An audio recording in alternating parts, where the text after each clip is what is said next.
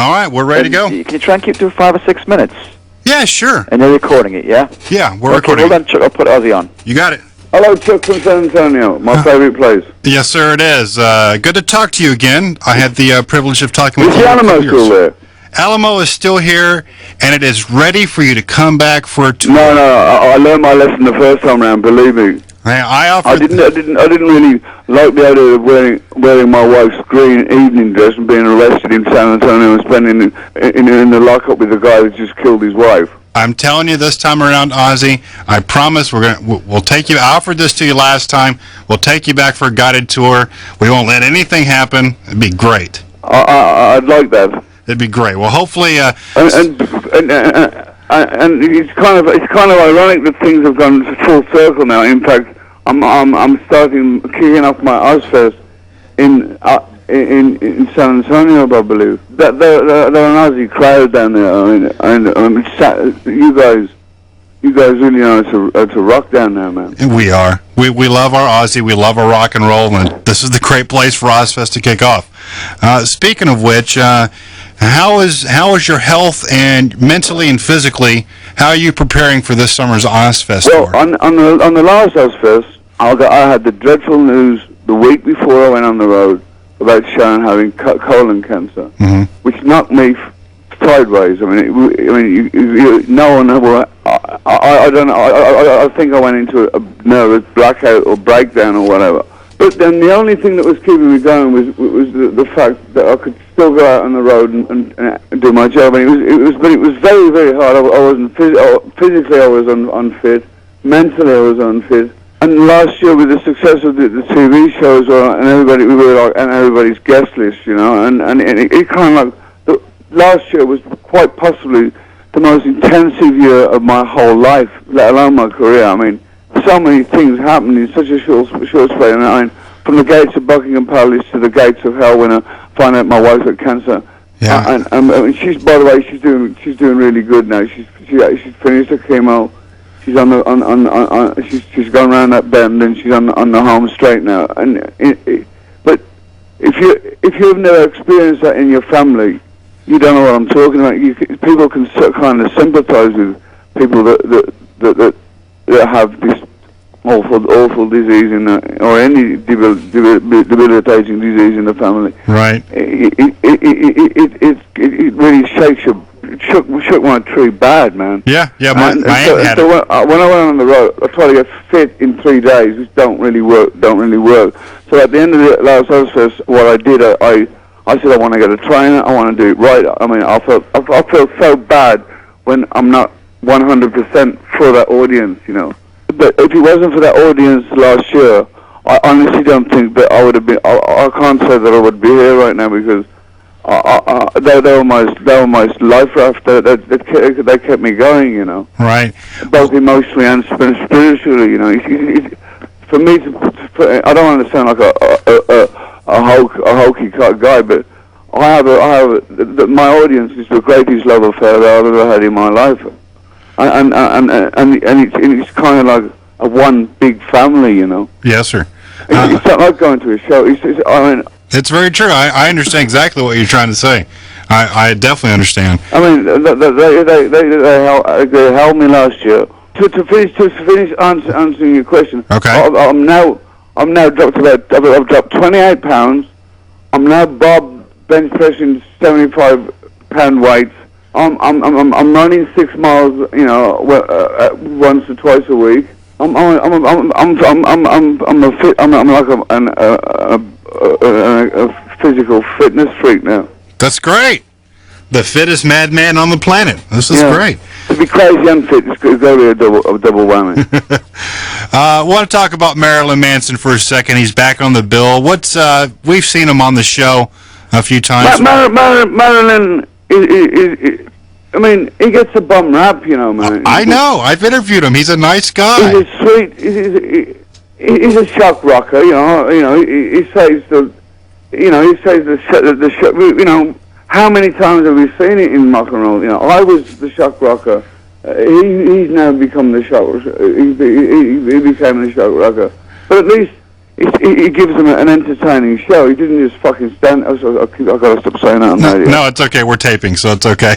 At least he gives them a theatrical show. I mean, I find.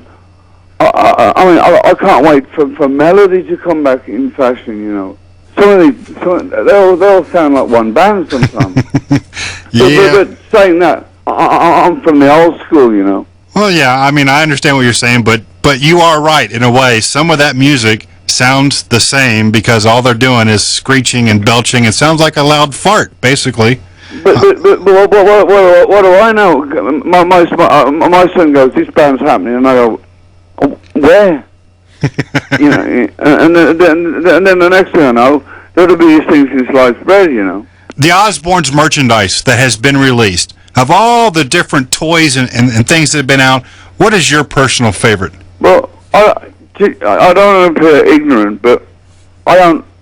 My wife runs the business. My wife is my manager. Mm-hmm. My wife. All I do, I have the luxury of waking up every morning, and I don't check every piece of merchandise because there's 1,000 million bootleg things out there.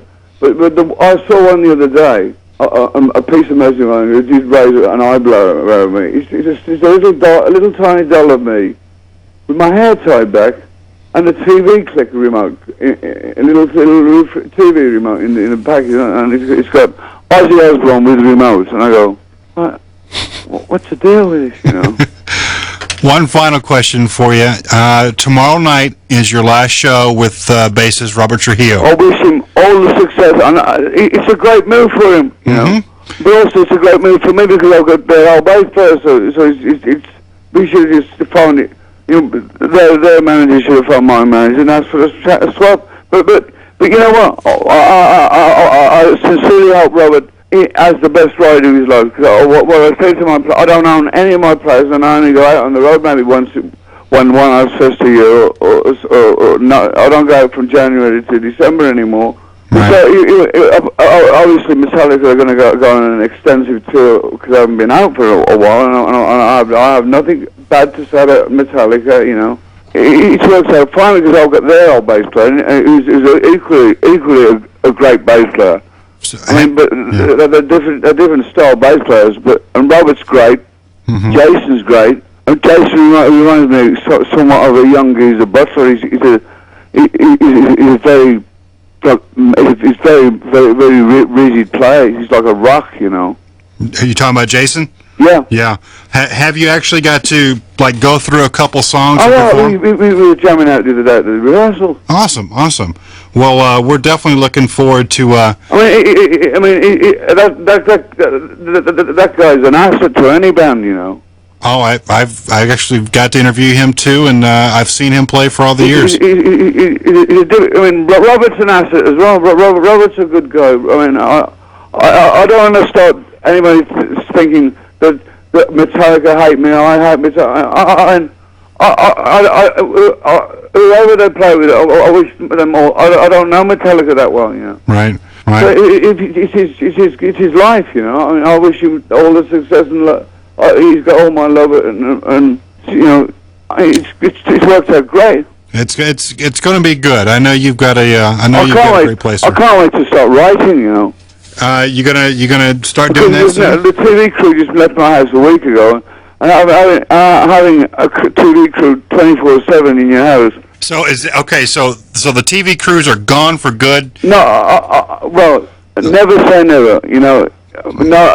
I mean, we started a whole new vibe with that TV show, and it wasn't really a thing that we you know. I think Howard Stern at one point says somebody should film you guys because truth is better than fiction, you know. But at least for now, you're saying that about a week ago. They'll finish the next season. Awesome.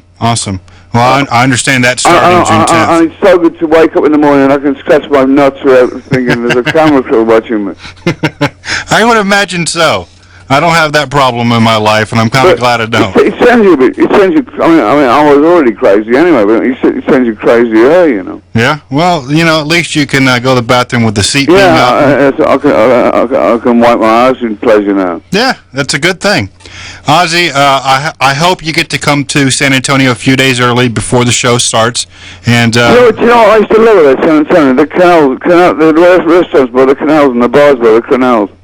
You say what again? The canals. Yeah. I used to like going down to, wander around the canals. Okay, I know what you're talking about. Okay. Well, if you want to, we'll be more than glad to arrange it for you if you get to come to town a few days early. So we're looking forward to seeing you for Ozzfest, which kicks off here on June 28th. All right. God bless you. Take care. God bless you too, Ozzy, and I'll talk to you later. All right. Bye-bye. Bye-bye. Outside the boundaries of their phony world of kicks is the ever-present possibility of discovery. This must be avoided at all costs, for discovery brings with it the penalties of society: shame, arrest, prison. Forget it, man, and get with the countdown. Shake this square world and blast off for Kicksville.